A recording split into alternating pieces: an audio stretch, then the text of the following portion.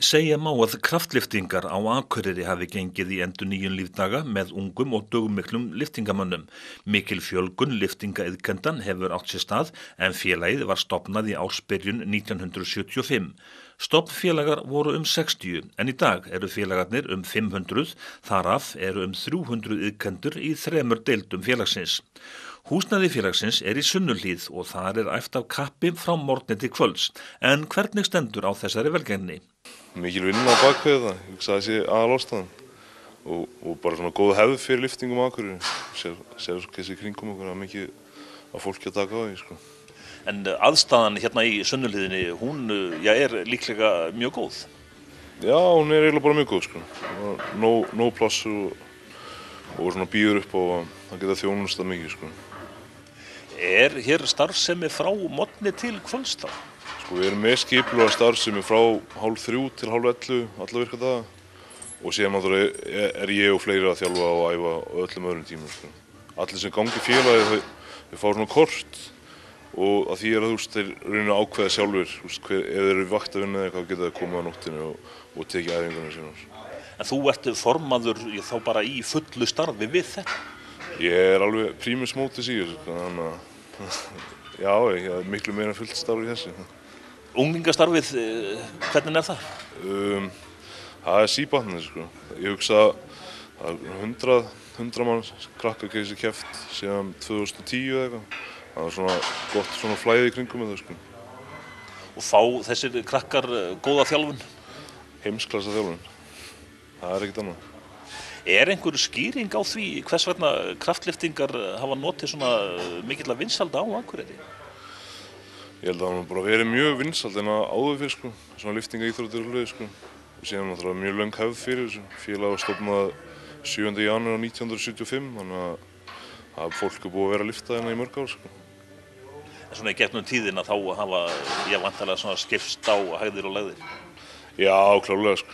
Náttúrulega félagið fór úr ISI 85 þegar lyftingasambandið klofnaði og síðan eru við búin að vera innan IBA síðan 2008 held ég, eða 9. Og það náttúrulega býður upp á miklu meira og sérstaklega bara upp á að reyna að bjóða upp á miklu heilbrigðari forsendum heldur en þessi þekktist á þeim millitíma, sko. En hvað með keppnisfólkið? Já, það eiginlega bara mjög fínt, sko. Við erum með 22 núna í meistaraflokkum hjá okkur og 2 sem eru að æfa bara full time og ég held sé 10 kandidatar núna inn í úrvalshópinn okkar sem er svona prógram sem við erum með 4 ára prógram og ef þú klárar það þá ættir að vera atvinnumaður, sko. Eru þá sem sé hér 2 atvinnumenn sem að þið gera ekkert annað heldur en að æfa þá og keppa? Já, það er rauninu bara örugglega fleiri, sko. Það eru 2 allan sem fá borga fyrir að gera það. Þannig að það eru alveg einhverju fleiri sem eru bara að vinna mjög lítið og reyna að æfa svo þau geti gert bara þetta, sko. Við erum að reyna að byggja undir forsendum til þess að fólk geti svona tileinkað sér þetta bara eins og fólk er að gera úti, sko. Grétar Skúli segir að félagið reyni eftir megni að styðja við bakið á öllum iðkendum. Kraftlyftingafélag Akureyrar hefur verið útnefnt í fyrirmyndafélag af Íþróttasambandi Íslands. En hvernig leggst árið 2016 í formanninn? Það eru bara bætingar eins og öllum ár, ég held það. Við erum að fara með stórt liði núna Norðurlandamót í febrúar og ég hugsa bara ef allt gengur upp þá verður þetta bara bætingar, sko, í öllum. Lyfjamál eru oft svolítið fyrirferðarmikil þegar það er verið að fjalla kraftlyftingar. Já, þau hafa verið það mjög. En þau eru mjög hentug til þess að vera sterkur eða eitthvað.